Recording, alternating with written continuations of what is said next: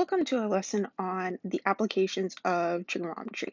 So basically what we've done with trig so far is applying it to very abstract ideas.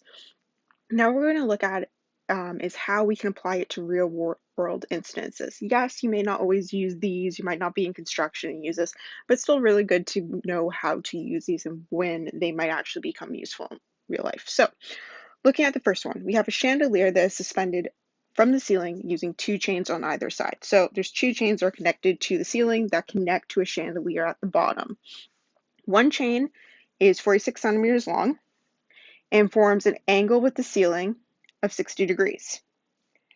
The other chain is 64 centimeters long. What angle does the longer chain make with the ceiling? So let's draw this out. So we have one chain coming down from the ceiling to the chandelier. This point right here, this is the chandelier. We have another chain going to the ceiling as well. And let me make that a little bit more like that. And here's the ceiling up top in the green. Oops.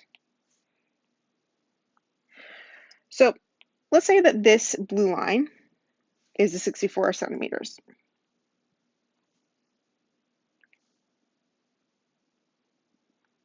We want to know what angle is here. This is our question mark. The purple is the 46 centimeters. And we know that this angle here is 60. So how are we going to find this?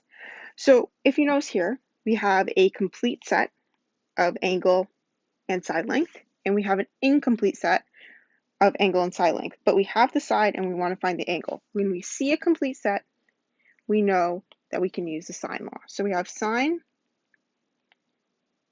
x over the opposite length, which is 46, equals sine of 60 divided by the opposite length, our full complete set, which is 64. What we're going to do is rearrange. So this 46 is going to go to the other side by multiplying. These cancel each other out, and we're left with sine x equals 46 times sine 60 over 64.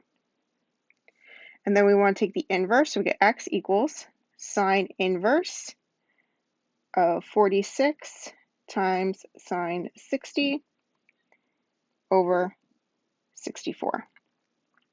If we put that in the calculator, we're going to get an angle of 38 degrees.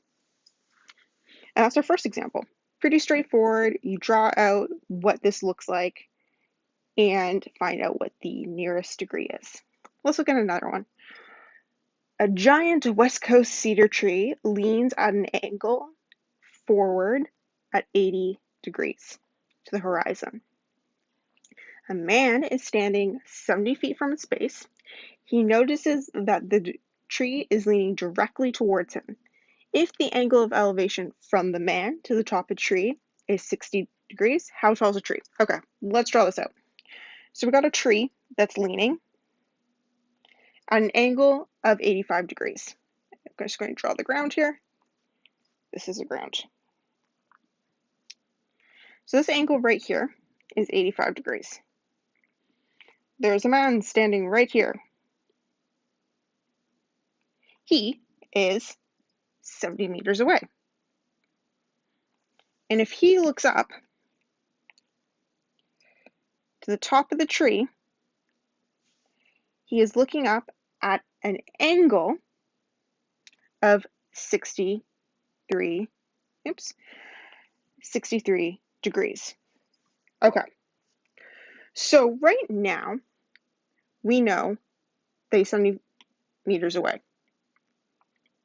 We want to know this length here. This is the height of the tree. This is our question mark. But right now, we don't have a sandwiched angle, so that's not going to help us. We don't have a complete grouping at all. That's not going to help us. But what we can find is what this angle is right here. And if we find what that angle equals to, we'll have a complete set and we can move forward. So let's just label this guy a little bit. Let's put this as tree. This is human. And I don't know, S for sky. So what we want to do is find angle S, which is 180 minus angle T minus angle human. So what we get is 180 minus 85 minus 63. That will give us an angle sky of 32. Once we have the angle sky, what you'll notice is we have a complete angle side set. When we have a complete angle side set, we know we can go ahead and use our sine law. So in this case, we're going to have T over,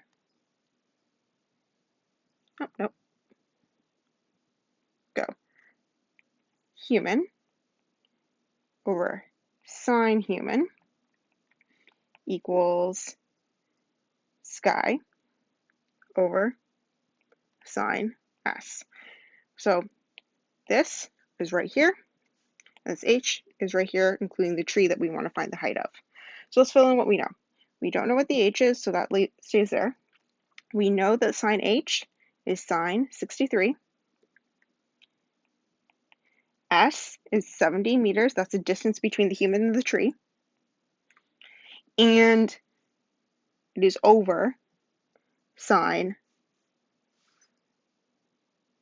sorry, that should be sine 32. There we go. Sine 32 over sine 63. No, I had it right the first time. My apologies, guys. Sine 32. Okay, what we want to do is get this sine over to the other side, so we're going to multiply it out.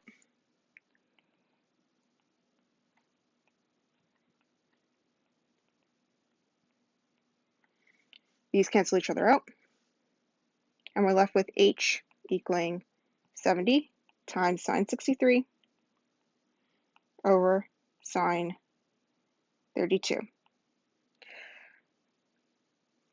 When we put that into a calculator, what we're going to get is 117.7 meters. Now, since this doesn't tell us how tall the tree is or what we want it to go to, the nearest whole number, one decimal place, we'll stick with one decimal place as it just makes logical sense. Usually it's good to either keep to one decimal place when it doesn't ask you how many decimals to have. So moving on to another one. This one's a little bit more complicated. So we have two roads and they diverge from each other at 52 degrees. So we have a road, so here's a starting point. This is where these two motorcyclists start at. The two bikers start taking different routes at two different speeds. So one's driving at 17 kilometers per hour and the other's driving at 24 kilometers per hour. They're clearly, let's go with cyclists because you wouldn't have a motorcycle driving that fast. We're going to draw one motorcyclist in green, diverging from that point. So that motorcyclist drove at 17 kilometers an hour. The other motorcyclist, and we're going to do this one in purple, drove at 24 kilometers per hour. It's going to go a bit further. And what it wants us to find out is how far they are apart after 2 hours. So the distance between these 2 points. So this is our question mark. This is the distance we want to know. Now here's the thing. This is asking us how far they went after 2 kilometers. We can find out the distance of how far they drove in those kilometers. So if biker 1 in green was going 17 kilometers per hour, same speed the entire time, his distance is going to be represented by how fast he's going, by how long he was driving. So biker 1,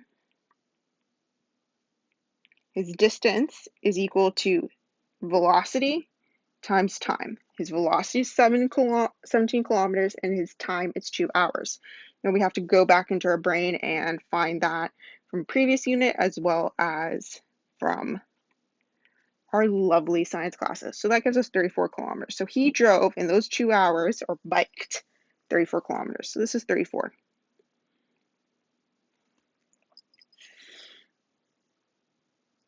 The next one we want to find is how far the other biker went. So same sort of idea.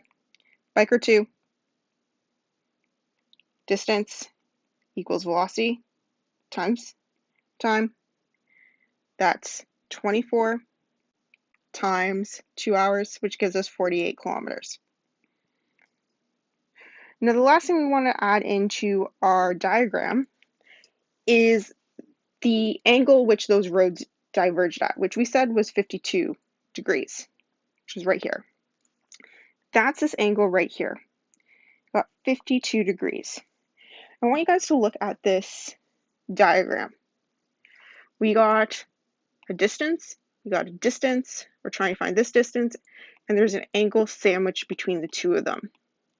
When we have an angle sandwiched between two known lengths, we're going to use cosine law. So I'm just going to label these sides so we have an idea. We're going to say this side is A, this is B, and the point to start at is C. So C squared equals A squared plus B squared minus 2AB cosine C. That is our cosine law. That is what we're going to use for this one. We're going to fill in what we know. So our A is 48 kilometers, so 48 squared. Our B is 34 squared. We have 2 bracket 48 times 34 times cosine 52. If we put all that into our calculator, we're going to get a C of 38 kilometers, which I rounded to the nearest full kilometer, just came out as a nicer number. I know you guys know how to go from here to here. The key point, again, of us going through these is to show that we know how to set up these questions. So again, with this one, we got our information. We had 52-degree angle. That's the starting point. We've created a diagram, found out our unknowns, and then figure out what our last unknown is. That's what we want to do with this. So for this video, we're going to go through one more before I take a break and I put up the 2 hardest out of all these applications.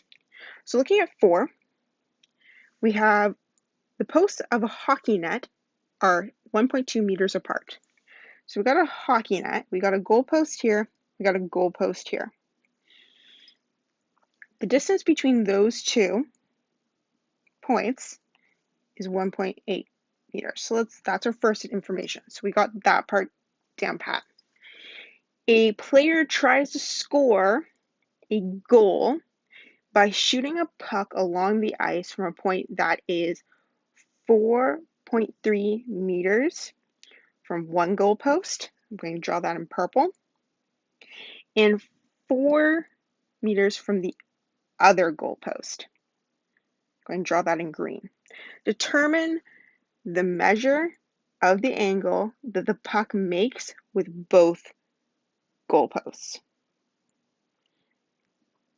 So what that means is we're going to look from one post, we're going to go 4 meters out to a central point. So this is the 4 meters. And then with the other one, we're going back to this point. What this question is really asking is wanting to know the angle from each of the goalposts puck that makes with both goalposts. We have an angle here, and that's the angle it makes with both goalposts. What it's meaning is that this is where the person is standing when they're going to hit the puck, and they're a certain distance from both of them. So what we need to know is fill in what we got. We have 4 meters here, and we got 4.3 here. and we have a distance across. If you notice, we have all three sides. If we have all three sides, what that tells us is that we can go ahead and use the cosine law. The cosine law is when we can be used when we have all three sides or if we have that sandwich side. So let's go ahead by starting to label this. So we have A, B, C. Now, we have previously gone over how to rearrange the equation in order to isolate the cosine. So I'm just going to start off by writing out the isolated equation. So cosine A equals b squared plus c squared minus a squared over 2bc. We fill in what we know. B is 4 squared. C is 4.3 squared. A is 1.8 squared. And it's all over 2 times by 4 times by 4.3. What we would do at this point, we would take the inverse. So we get A equals the cosine inverse of that entire expression, which is 4 squared plus 4.3 squared minus 1.8 squared, all over 2 times 4 times 4.3. When you put that into your calculator, you're going to get an angle of 25 degrees. And that is the angle that the puck would make with both of these posts.